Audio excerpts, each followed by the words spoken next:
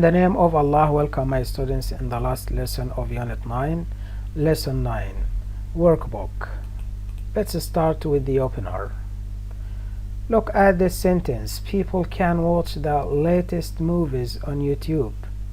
People can watch the latest movies on YouTube. Change into passive. Change the sentence into passive.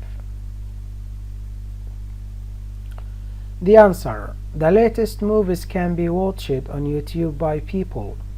The latest movies can be watched on YouTube by people.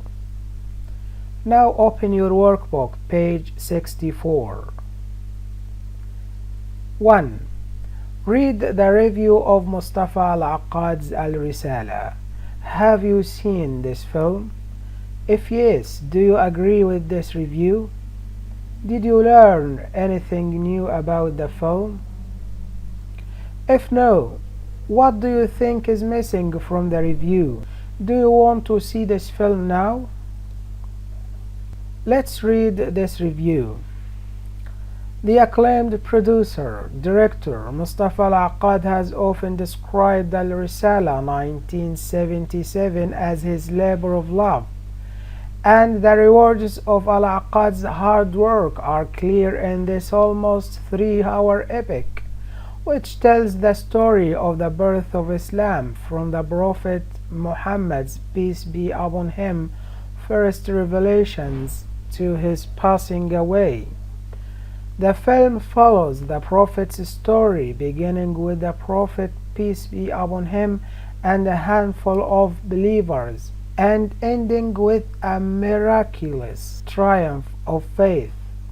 Such an important story may seem impossible to script, but the plot is well written and faithful to its origins.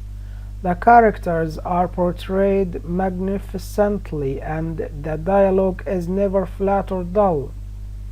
The final cut was even approved for accuracy by Al-Azhar al-Sharif. As a believer himself, Mustafa Al-Aqad clearly took meticulous care in translating this story to the big screen. Filmed in Libya and Morocco, the production team took 4.5 months to build a replica of Mecca and Medina as they would have appeared during the life of Prophet Muhammad, peace be upon him. The 400 members of the cast and crew lived there for the duration of the filming. The results are breathtaking. Although dated compared to today's digital special effects, the cinematography is remarkable, and you feel as if you are being presented with a genuine representation of life. At that time, the desert battle scenes are unlike any others in the history of cinema. Al-Risala is a film of epic proportion. However, the film is not only worthy for its dramatic scenery and special effects. The chemistry between the actors is outstanding, and the cast are clearly committed to their individual roles, as well as establishing a rapport as an ensemble. There is a particularly standout performance from Anthony Quinn, who plays Hamza, the Prophet's uncle. Other lead roles include Irene Papas as Hind and Michael Ansara as Abu Sufyan. Al-Aqad simultaneously filmed Arabic and English versions of the film, as he felt it was important to respect the difference between the acting styles of both languages. The composer, Maurice Jarre, Lawrence of Arabia, Dr. Zhivago, A Passage to India, wrote 25 an original score for the film, which complements the epic grandeur of the production. It was nominated for an Oscar in 1977 for Best Music Original Score immediately after the film's release. Although over 30 years old, Al-Risala is still celebrated today. It's a classic piece of cinema and provides an example of the production values modern filmmakers should be striving towards.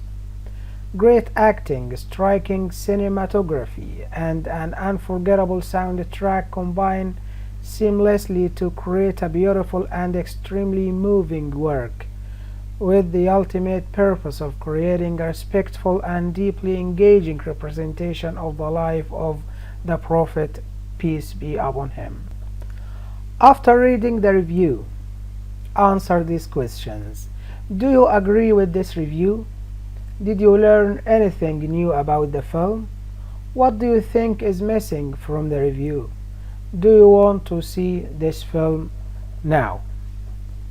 Okay, open your workbook page 65. 2. Write a film review.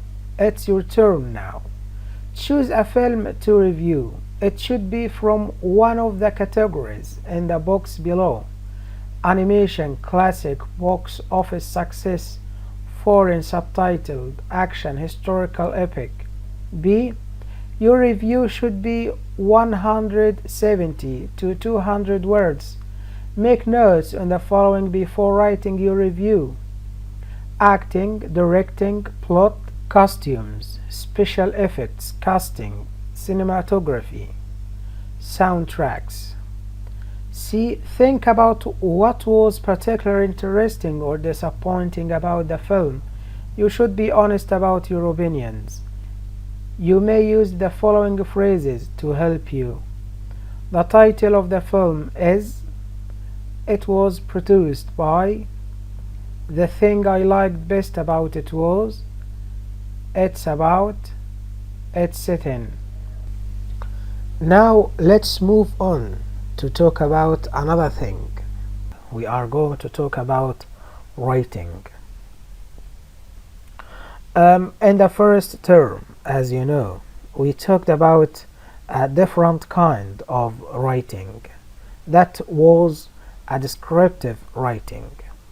And we said that you use details in descriptive writing to paint a picture with your words. This process will provide the readers with descriptions of people. You describe people,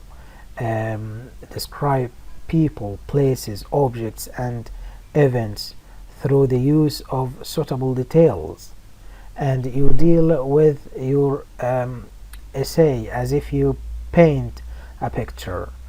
In this term, we have a different kind of writing, that is an argumentative writing. So how to write a good and effective argumentative essay?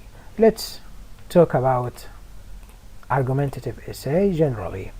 An argumentative essay requires a great deal of research to be done effectively. So if you want your essay to be effective and clear, you have to research. And they focus on evidence as a form of argument. So you depend on your evidence and facts in your argument through your argumentative essay. It has a purpose and tone. It has a purpose and tone. What is the purpose of an argumentative essay? Argumentative essay is to argue a certain point using evidence, regardless of whether or not the audience is convinced to believe the author's argument. And the tone of an argumentative essay is an authoritative and formal. An argumentative essay's result is that the reader will know the author's stance on the subject, as well as knowing a great deal about other points of view. Argumentative essays are robust in their tackling of subject matters, presenting differing opinions and other points of view to establish that the author's position is the best among others. Let's now talk about the outline. It includes introduction, body, and conclusion. The body includes 2 paragraphs. Okay, what is the outline? The outline is a great way to organize ideas and information for a speech. So through the outline you organize your ideas. And it includes introduction. The introduction is a sentence to get the attention of your reader. And 1 sentence thesis statement. Also it includes the body, and the body has first topic idea. You support your idea through 2 points, and the second topic idea also it supports and it includes details to support the idea. Supporting details for the second idea. And conclusion. Conclusion really is a restatement of your thesis and summarize the main idea but not include any new facts. So through conclusion you summarize the main idea, but you don't write or you don't put any new facts or new ideas about the topic. Now let's take a model of writing to make the meaning of argumentative writing clear and intelligible for you. Write about the following topic. Many people think that the media can be blessing and a curse as well. Plan and write a coherent report of 14 sentences about the effects of mass media on the majority of people. The following ideas might help you. The positive effects of mass media, the negative effects of mass media, and how to make mass media as truthful as possible. So here we have 2 points of view. The first point of view talks about the positive effects of mass media depending on evidence, and the second point of view talks about the negative effects of mass media and also depending on evidences and research. Note, your writing should include an introduction, 2 body paragraphs, and a conclusion. The outline. Introduction. The media has positive and negative effects. So our introduction about positive and negative effects of the mass media. Paragraph 1, the positive effects, and paragraph 2, the negative effects.